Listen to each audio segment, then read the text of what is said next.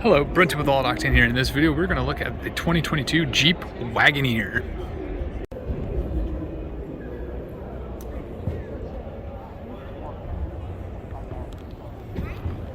Alright, so here's a vehicle I am super excited to go and check out.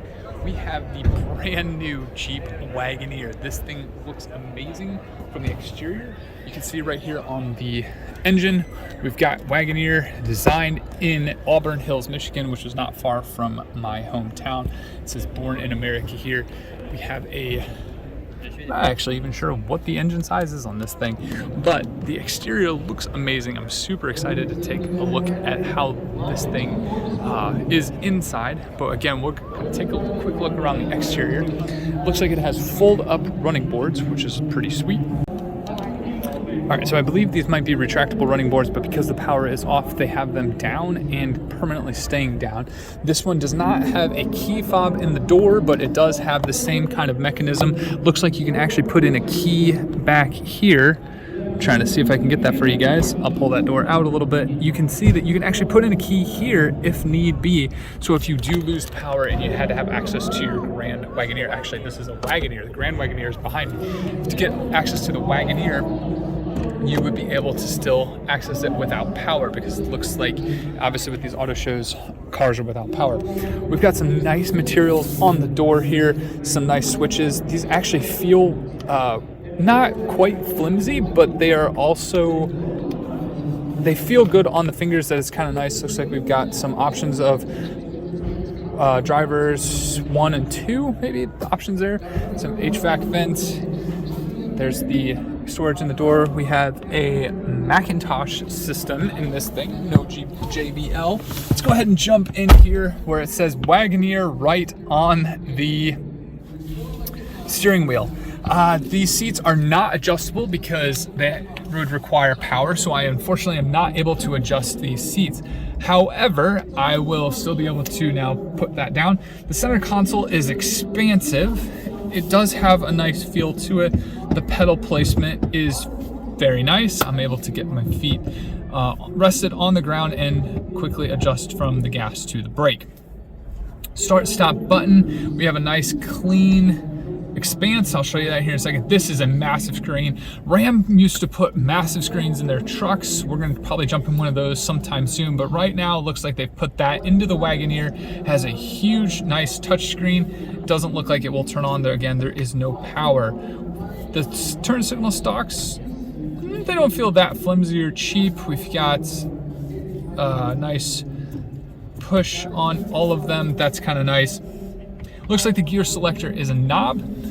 Don't have a lot of headroom. Again, I wish I could adjust this seat to the placement that I would feel comfortable driving it. That would help a lot. We do have the hands-free talking speaker up top here. We have garage door remote on the sun visor, mirrored with lights. That's kind of cool. Controls up here on the top side. In terms of visibility, it's not the best.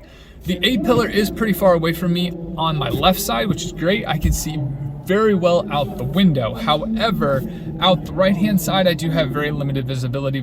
But again, I cannot adjust the seats to try to hopefully make that a little better. Full right out of the passenger window, I can see pretty well out of there. And front side, it is a little squished from the dash to the roof line. That might not be exactly a problem, but again, it could probably get better with the adjustment of the seat. We have some nice materials in here. Looks like there's 2 cup holders. Let's bring you down so you can take a look. 2 cup holders in. Again, this is the selector, I'm guessing, for the shift. We have some switches here for up and down. We've got, oh yeah, this is a screen actually. So I think this screen is stuck. No, wait, push it. Pulls that up. That is the screen. There is, I think that's a wireless charger there, if I'm not mistaken. Some storage area there. Let's see what we have. Pushing that button, we can get the center console opened up. That's an expansive amount of storage. This lean test isn't too, well, that's a nice wireless charger as well, or actually not wireless, but you can hook in right there, slide that back. This does not move. The lean test isn't too bad. Again, I do kind of have to stretch. My elbow is there. I'd prefer it to be a little bit farther up so I can grip the wheel. But overall, 2 cup holders isn't too bad. I feel like there should be more considering how large this vehicle actually is. Again, here's your screen that you're looking at. We can bring this one down. That is, again, another screen that you cannot see. Here is the garage door opener that I was talking about and the other controls. Expansive sunroof. Let's go ahead and jump in the back and see what that is like. This is such a cool vehicle. Such an iconic name, but I'm just a little confused at how luxurious it is. Okay, I do like the running board. The running board height when it's down like that is amazing. Okay, in the back, I'd prefer to drive back here.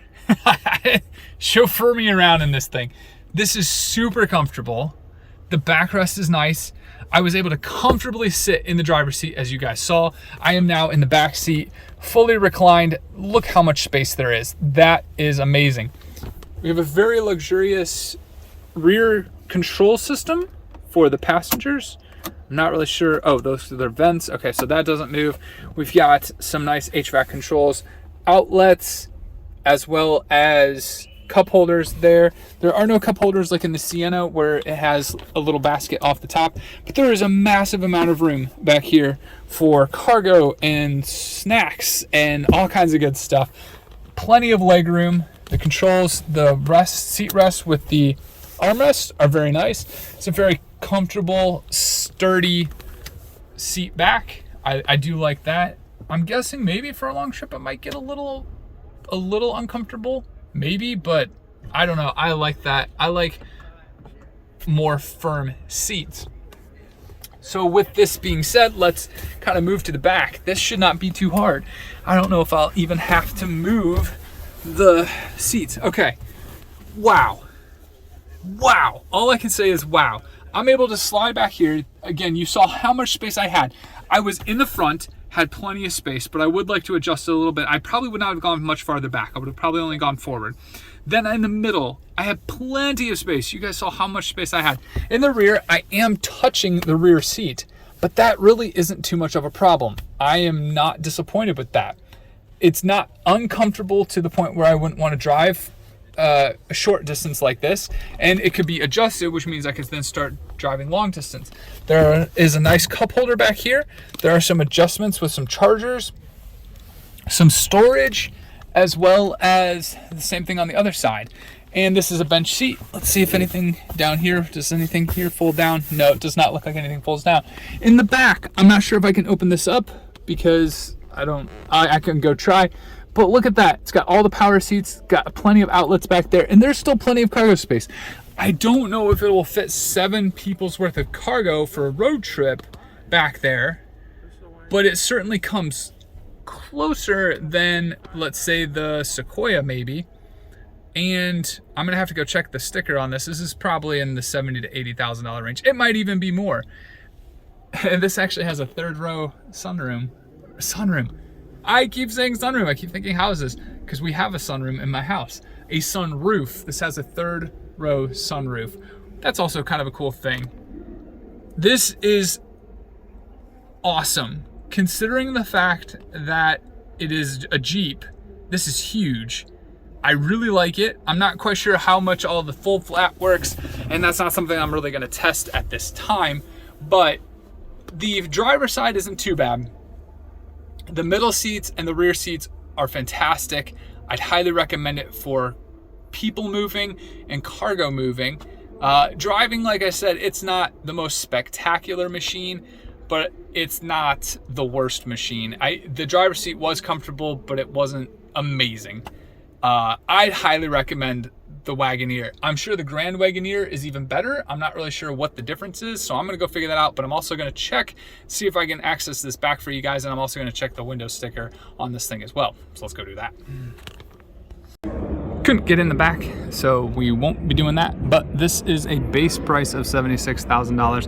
Out the door on this thing, this is $85,000. Is it worth $13,000 more than Sequoia? That I don't know. think that's kind of a toss-up at this point. $13,000 more than the Sequoia, that is a lot of money, but it's much bigger and it's much more comfortable. So for a 6'4" guy, I'd probably pick this. I might even pick this over the Sienna as well, although that was a very nice, comfortable vehicle, and there were tons of storage in there. So, I don't know, Wagoneer, all-out octane approval.